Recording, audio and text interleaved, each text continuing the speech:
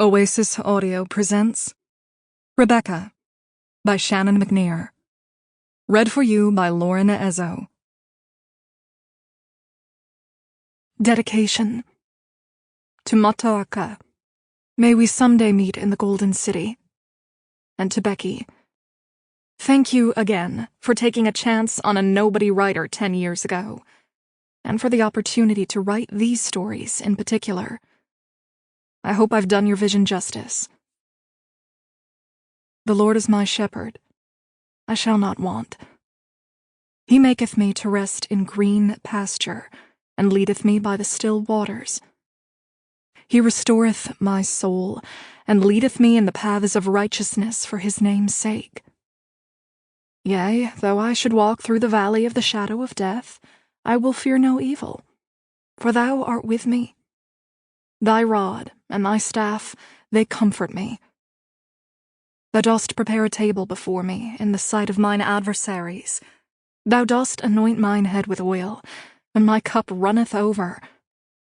Doubtless, kindness and mercy shall follow me all the days of my life, and I shall remain a long season in the house of the Lord. Psalm 23, the 1599 Geneva Bible.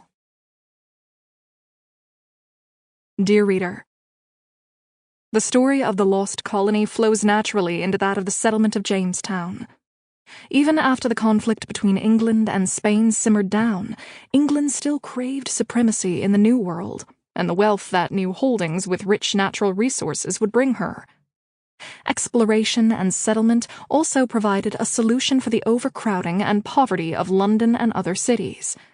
And while the Anglo-Spanish War might have been officially over, the unrelenting competition with Spain continued. And so, although one settlement had been lost, or abandoned, depending upon your perspective, the dream of English holdings in the New World never quite died.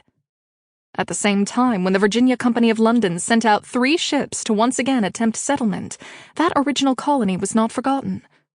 One of their directives, in fact, was to discover what had become of the Roanoke colony, and the experiences of those original voyages were kept firmly in mind, especially since another such expedition seeking the whereabouts of the Roanoke colony had ended in failure. Times had changed, however, since the days of Queen Elizabeth. Her longtime favorite, Sir Walter Raleigh, spelled R-A-L-E-G-H in my stories, in accordance with his own accounts, had fallen out of favor with her successor, King James, and was thrown into prison on the accusation of treason. Although Catholicism was still viewed with suspicion as well, movements arose in criticism of the Church of England and the Crown, some wishing to purify the Church of its corruption, and others wishing to separate entirely, aka Puritans and Separatists. The Geneva Bible, in widespread use among English speakers of the time, was also disliked by Church and Crown for its repudiation of the divine right of kings, or clergy, which would lead to the commissioning of a new translation by King James. And so on to this stage, set not by the star playwrights of the day, William Shakespeare and Ben Jonson, but by the wind and tides of kings and politics, stepped men who were both adventurers and scholars, some with formal education and some self-taught, all of whom felt they had a crucial role to play in the shaping of a new settlement and the new world. Some of whom doubtlessly lived their professed faith in God with more integrity than others. I leave it for you, dear reader, to draw your own conclusions about individuals, where that is concerned.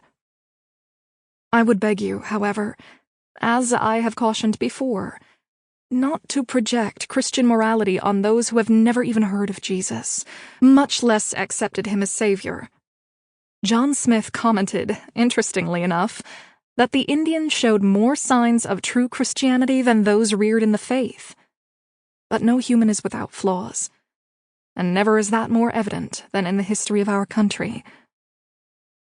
By the same token, I crave grace for using certain historical terms and attitudes that would never fly in our time. We do have much in our history to answer for. Understand, however, that the use of Sample complete. Ready to continue?